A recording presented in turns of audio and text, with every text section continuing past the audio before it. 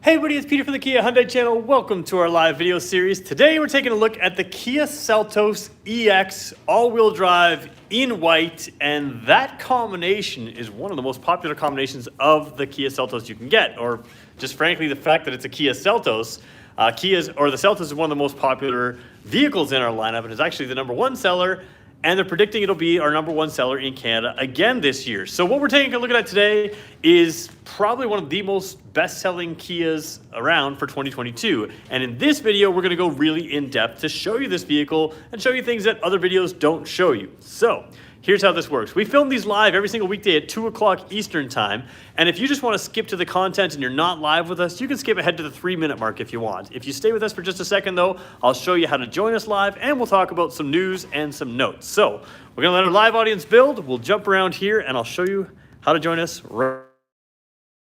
So if you go to our YouTube page at exactly 2 o'clock Eastern time on a weekday, you're going to find that, if you go before 2 o'clock, you're going to see just our standard video here. And if you refresh the page exactly at 2 o'clock, which is what we're doing right now, you're going to see that the live video is right there. You're going to click into that. And when you do that, you're going to watch a quick little ad, but we are going to skip that ad. You should watch it every now and then. I think that helps me eventually, somehow, some way. Anyways, if you're looking to buy a car in Ontario, I will put a link in the description of this video where you can reach out to me and we will treat you like family at Brantford Kia, Brantford Hyundai, and Owen Sound Hyundai. There's 3 dealers that support this channel, and do me a favor, support them as well.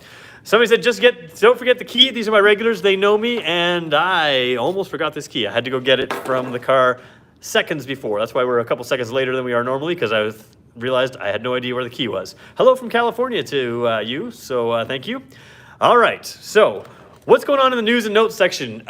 We are about to have a onslaught of product around here. So Kia Forte 5 is going to show up. Kia EV6 is due to show up. Kia Sportage is due to come in a little bit later down the road. A lot of things coming in line there. The Kona N. I'm not sure if I can have it on Monday now. I just had a discussion about that, but we will hopefully have it next week here as well. So we're going to have that in here. So a lot of stuff coming on down the line. And we kind of went through that January, February, kind of slow area, slow time for us, which is a typical time of year where it's a little slower. Right now in Canada, we're supposed to have the Canadian International Auto Show, but they canceled that a long time ago, obviously because, we all know why they canceled it. Anyway, so what that means is that all these auto manufacturers that wait for the auto show to introduce things are going to be introducing things on their own in the coming weeks. So we don't know exactly when or what they're doing, but we'll find that out. Hello from everyone from around the world, and thank you. All right, we're already at the 3-minute mark, so let's get rolling right now. Do me a favor, if you're regular with us, hit the like button right now. If you're not a regular with us, don't feel pressured to hit the like button, but if there is something that I do that you like, or if there's something that you see that you like, don't be shy and hit that like button. Costs you nothing and makes me feel good. That's about it. Makes me feel good. All right, here is the Kia Seltos EX. This is in white, like I said, and again, one of the more popular ways to get this vehicle. So, what is that white stuff outside? Oh, that's not white stuff. Well, I guess there is some white stuff. It's pouring rain right now, just so everybody's knowing. It's I don't know if you can see in the puddles there, but it is pouring rain instead of snowing, which is not supposed to happen in February. It's supposed to be snowing. Anyways, let's talk about this white stuff instead. All right, this is your key fob for 2022. Now, this car has been out as a 2021 model in 2020. So 2021 was a kind of long-running model year, but for 2022, this is essentially a carryover vehicle. The big thing right here, though, is you have the new logos both on the car and on the remote, and you have the remote start there now on the remote. So basically with anything keyless entry nowadays, you're getting that remote start right on the key fob, which is nice to have. So in here, again, no trunk button because it is not a power operated tailgate. So on anything with a hatchback style or SUV style rear end, you just touch the handle on and it opens, and you don't have the extra button here unless it's a powered tailgate, which the Seltos does not have. But we'll talk about all the stuff the Seltos does have, but there's the key. I can throw it in my pocket right now and I can forget about it. So there we go. Oh, and Stratford's getting snow. That's not too far away. Justin Bieber's hometown. Justin Bieber's hometown, not far from here. We're in Wayne Gretzky's hometown. Also, homestead of Alexander Graham Bell. So that's where I'm filming from right now.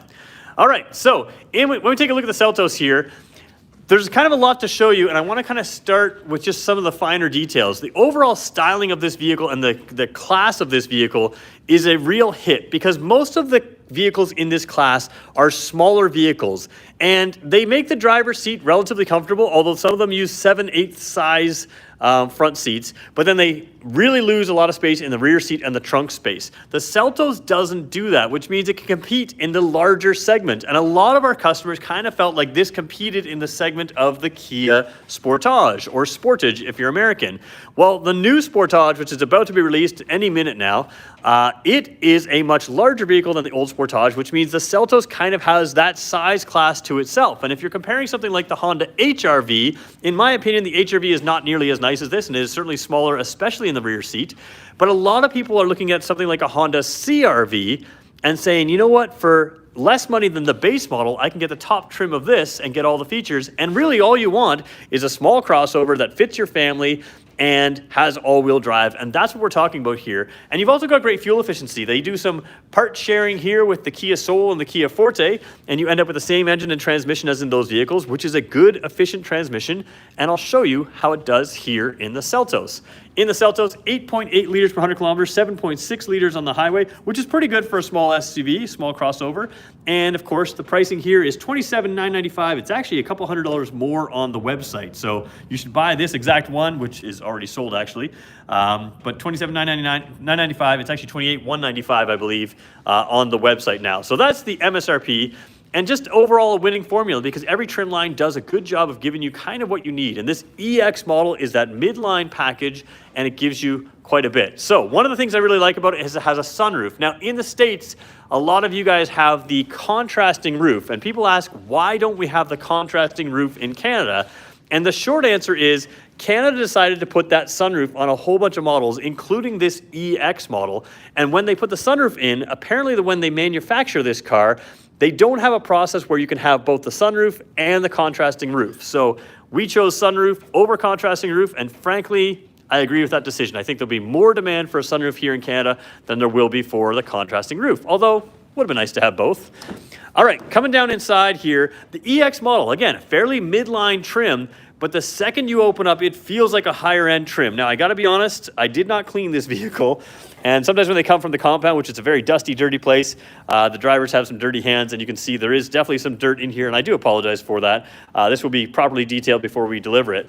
But you can see if you look along here, the piano black trim looks pretty sharp. This looks like a higher end interior, and you have leather, which is actually not leather. It is a in synthetic leather that I actually prefer over leather. I don't think it gets quite as cold in the winter, and it doesn't get as hot in the summer, and it does have a bit of a grippiness to it, so you don't slide around on it, but it does feel very nice. It is very durable, and again, it is, for most people, you would just tell them it's leather, and they would believe you that it is leather. Jumping in here, you can move this vehicle up and down the price class a little bit here, and I'm just making sure that the seat is, somebody says better than pleather though. Yes, it is. All right, just move my seat back a little bit. That'll be useful for when I show you the rear seat space. You can see that I am moving it to where I'm comfortable and where I need the space. Let's open the sunroof there. All right, when we look in the dash here, I'm gonna hit the push button start right over here. I'm gonna tap it twice without touching the brake pedal, and that will turn the vehicle on, but will not, of course, create some emissions issues in the offices behind me. 8.5 liters per 100 kilometers. Usually I say ignore the fuel efficiency on a small cross or on anything at a dealership level. But yeah, that's within the range, I think, of what we showed you, give or take. So in this display, now, if you got the higher end, top of the line models, the EX Premium, you would have a little bit more fancy display. This one doesn't have a color screen, but it does give you all the information you need. So if you need fancy, you can step up one trim line. But I don't think most people are going to notice a real lack of systems here. So you've got your lane keeping assist right there. You also have in this vehicle lane follow assist. Those are two features that I really like. They help the car steer for itself to keep it centered in the lane. Let me just zoom out for a second here. Whoop, come on. There we go. They help the car stay centered in the lane by looking for lane markers and other things on the road to help guide it. And the car is capable of steering for itself. And what I love about the Seltos is the Seltos has had this now since essentially 2020 when it first came out as a 2021 model year. The Telluride doesn't have that yet. It doesn't have the lane follow assist. So you've got some technologies here that are really top of the line. And that's what I love about the way Kia and Hyundai do things. You would never see a Corolla introduced with stuff and then it trickles out to the Lexus. But in here, the Seltos has features that will trickle out to other parts of the lineup, and it's pretty cool to see that. So again, a lot of information in here. Let me just zoom in again. These are sort of standard economy type gauges. You do have a speedometer right there, and you have your drive modes. And somebody asked me about this earlier. When we switch to the drive modes, you can have the sport mode, the normal mode, or the smart mode. And once we put it in smart mode, it will say Smart Eco. There we go. So Smart Eco. It could say Smart Comfort, Smart Normal. Let me go back to Smart.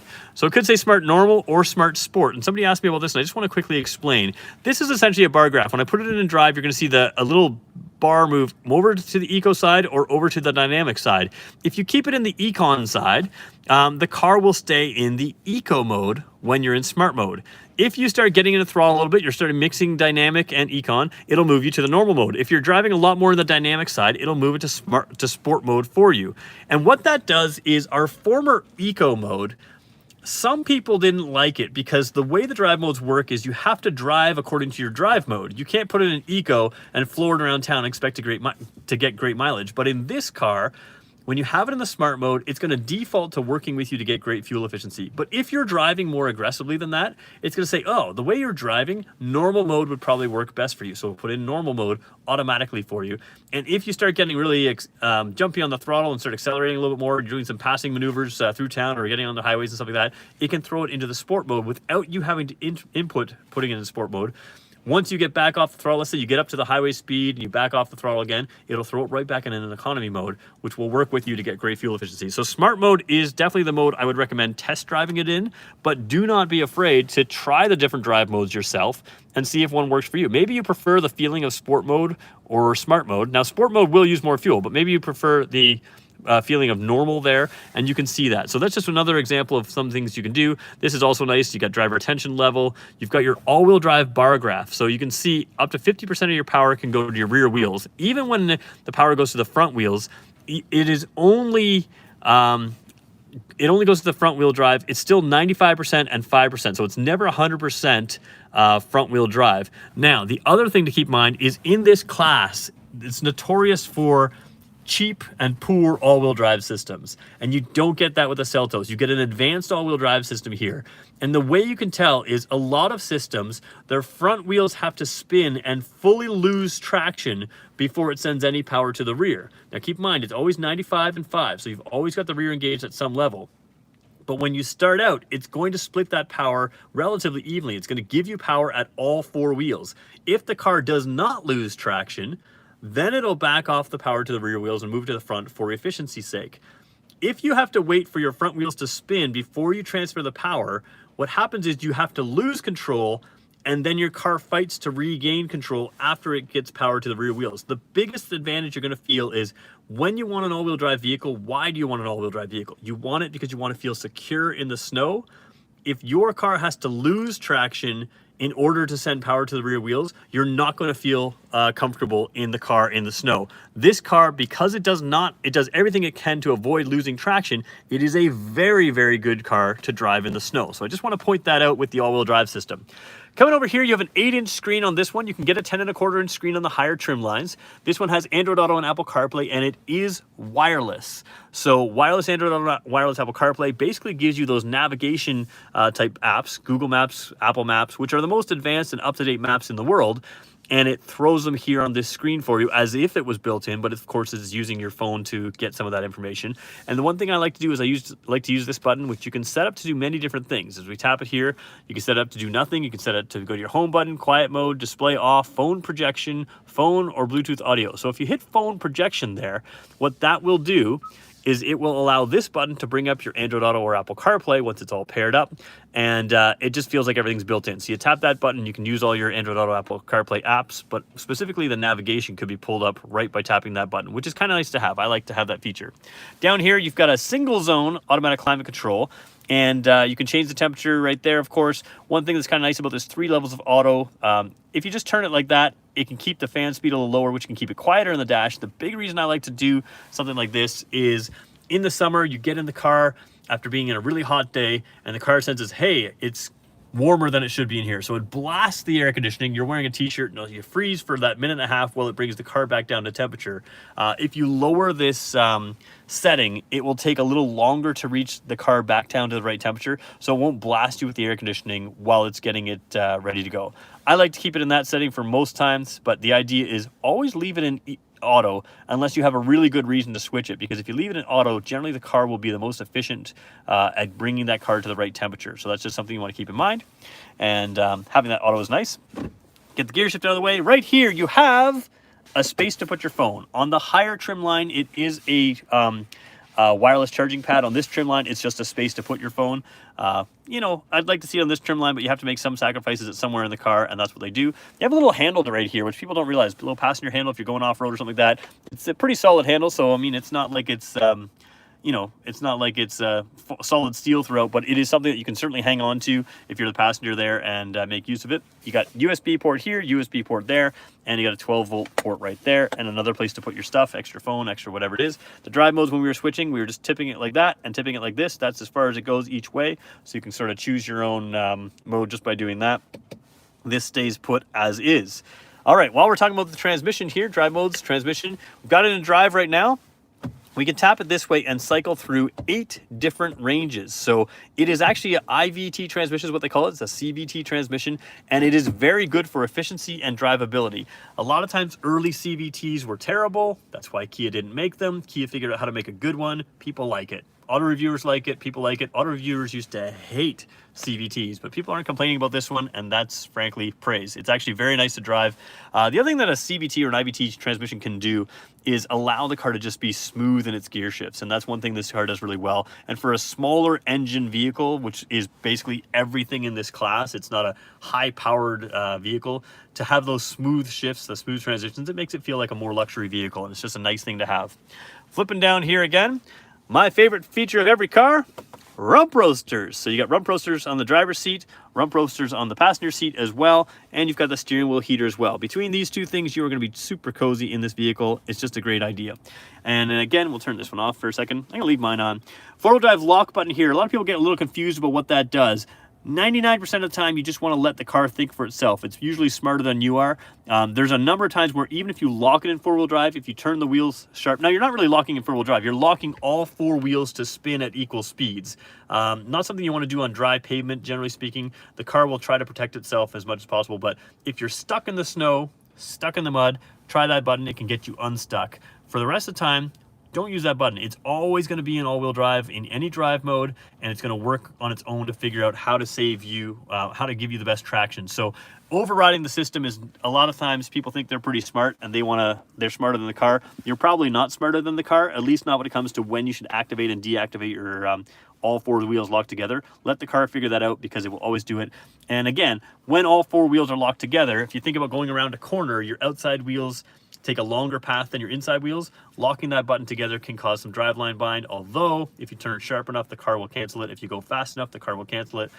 So that button doesn't override a whole system. It's just a tool to use when you're stuck in certain situations.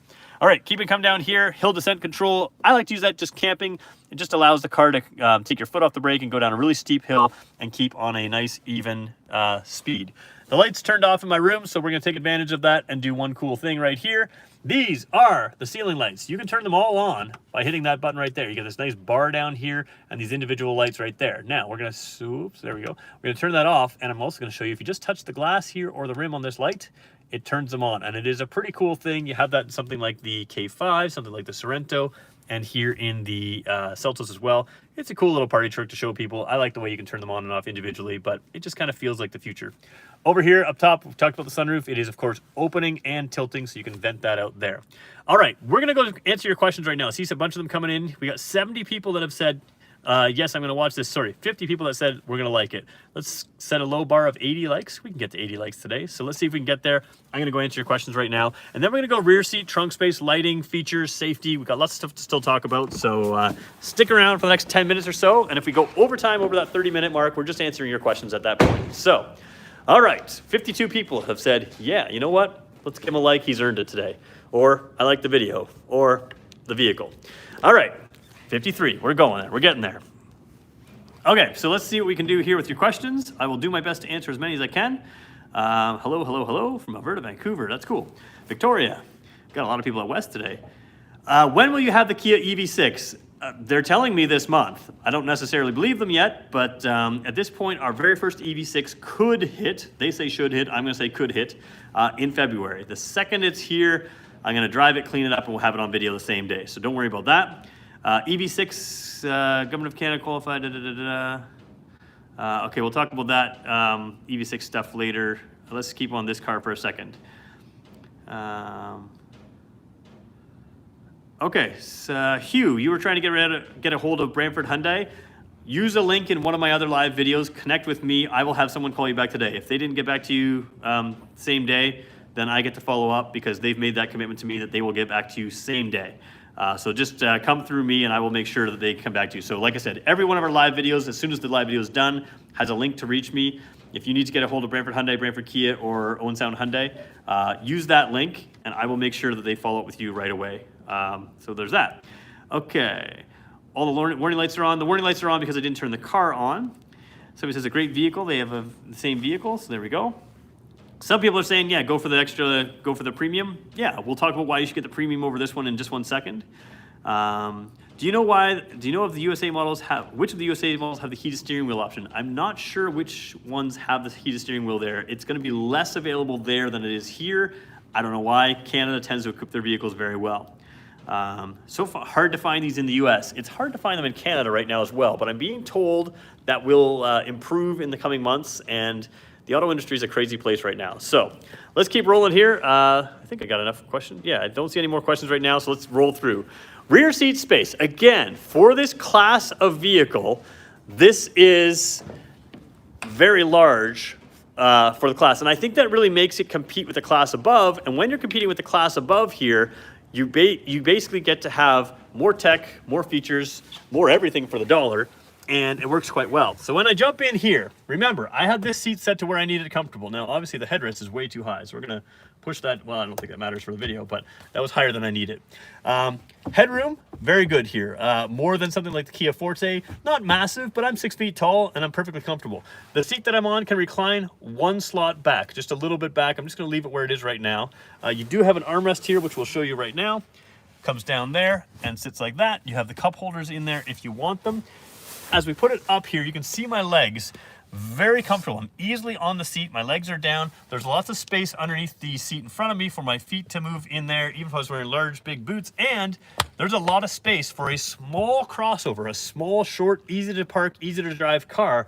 There's a ton of space back here for adults. If you're taking 4 adults in this car on a regular basis, no problem. 5 is going to be a little tighter. The center seat is good, but you know, you don't want to take 5 people in a car anytime, so they're that close together. But you can easily take 5 people.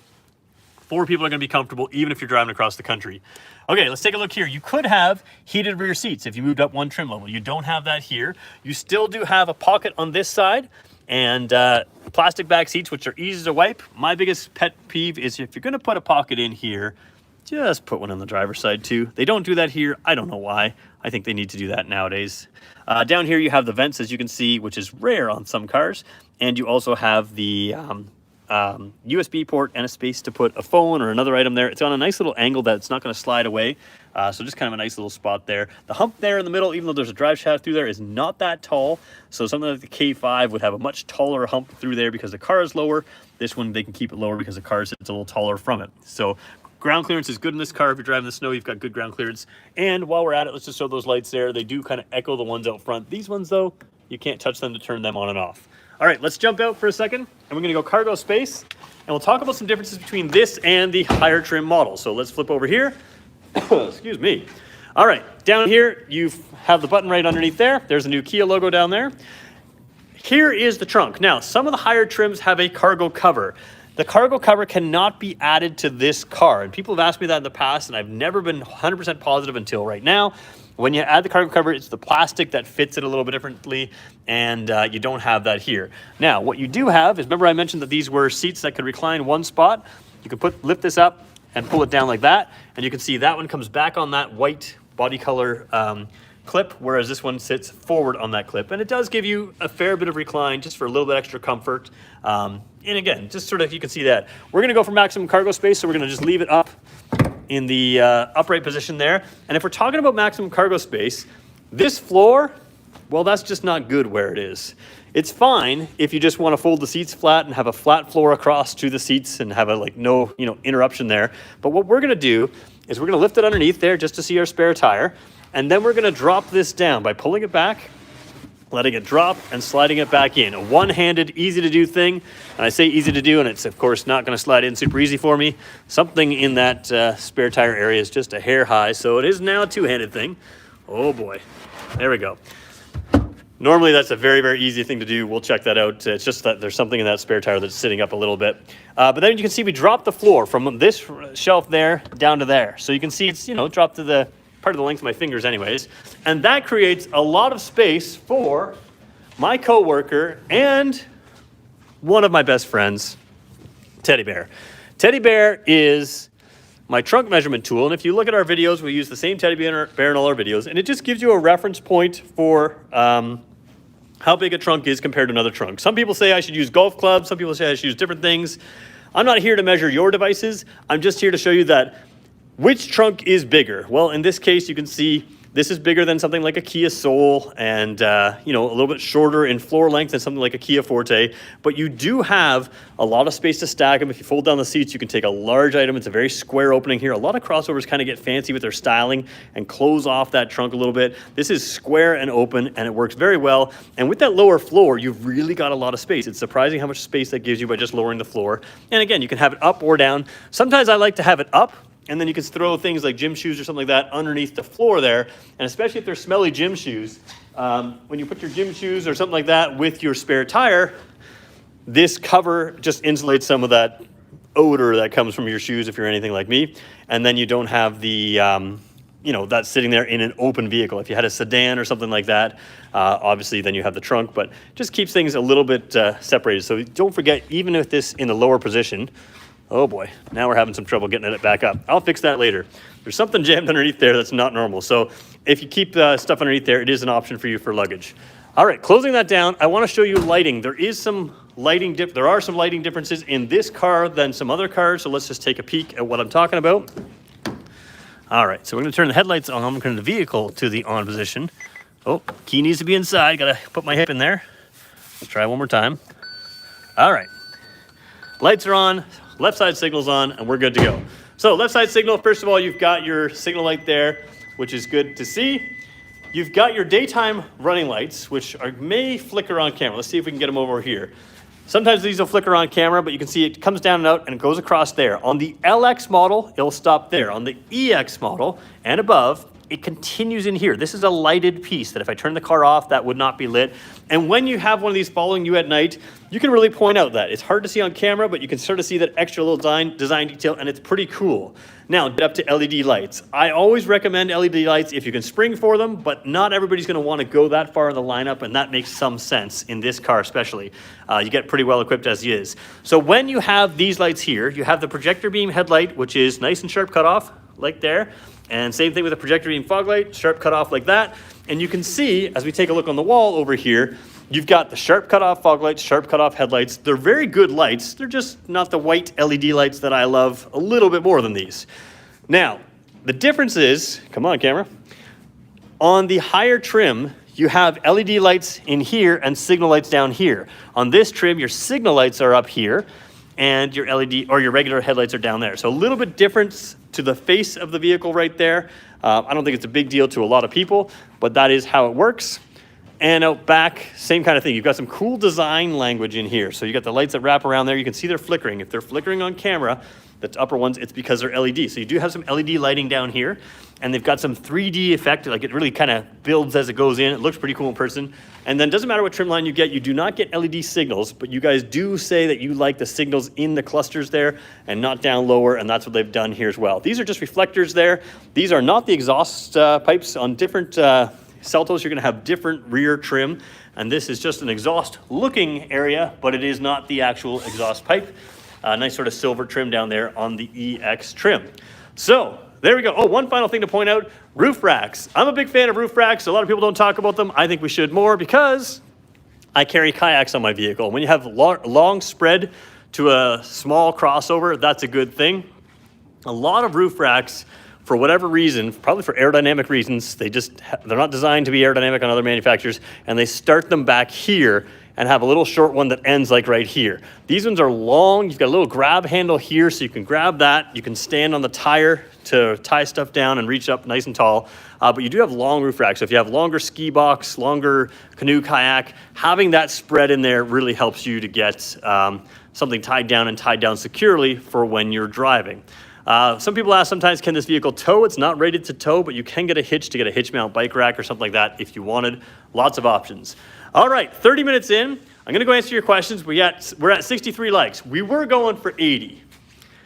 And that's like 17 more likes. So it's feeling like on this Friday, we're gonna miss it. But there's 96 of you on right now. You guys can blow past that if we all hit the like button. And if you haven't hit it, we'll blow right past 100 likes. So let's see if we can try to get a few more likes out of this today. And we've got some people in here. Okay, so my chat has disconnected. Apparently there's a internet issue here. Bose premium speakers are not on this trim. Which trim has that? That is the top line trim only. You can get the larger can you get the Bose audio in the premium? I don't think you can. No, I think it's only the top line, but you do have the 10.25 inch screen on the EX Premium, which will give you the LED headlights, which will give you the bigger screen, a lot of things like that. Okay, between the Kona and the Tucson, which is bigger. So you guys are comparing between Kona? Yeah, so the Kona, so somebody just said the Kona is the same platform as this. Not so much. This is a bigger vehicle than the Kona. Platform sharing is a messy sport nowadays. It's not like the 80s when the Buick Century was the same as the Buick Chevrolet Celebrity kind of thing. There's a lot of shared componentry, but that doesn't make it the same platform necessarily. So there is some differences there. And I'm just not sure if we're still online. I'm hoping we are here. Let's just check something out. I'm gonna be right back, guys.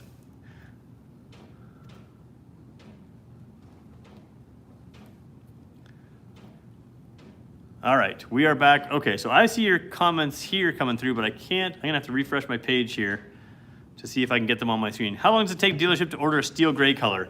So here's the thing that we're gonna do differently. I don't know off the top of my head how long to take a steel gray. What we're gonna do every Monday now is, oh, my computer's not connected to the internet. This is going well. What we're gonna do every Monday is we're gonna show you the vehicles that are on order and already on the way to the dealership. So they're either in production or they're in shipping and they have not been sold. So that way when you call us and say, how long does it take for a Seltos? And I don't know what it is right now, but let's just say a Seltos is due to show up in August. We may have one shipping that shows up in May that's unsold, and now you can put your name on that. So we're gonna do that video every single Monday and try to make sure that we give you that information as we go.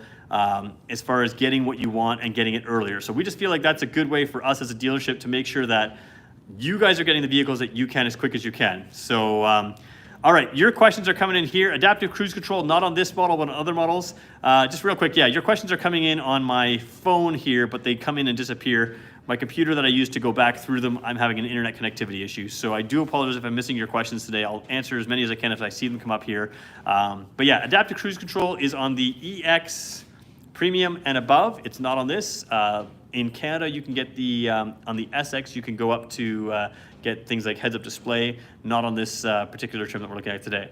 All right, we've got my audience helping us out here with some of our answers here. I'm just gonna retry again to get into the chat and see if it'll let me, and it's not letting me. All right, guys, we are gonna leave it right there. I do apologize if I missed your question in here. I'll do my best to try to answer them. If you post after this video is posted in the comments, I'll do that as well. But we're definitely losing some people, and I've definitely lost my feed here on this store. So I do apologize. What I'm looking at when I look at your questions is this, and that's the only reason that I can't answer for you today, and I do apologize. So since it's Friday, the internet is checked out on us. We're going to check out on you guys. So thanks everybody for joining us, and we'll talk to you guys again in the next one.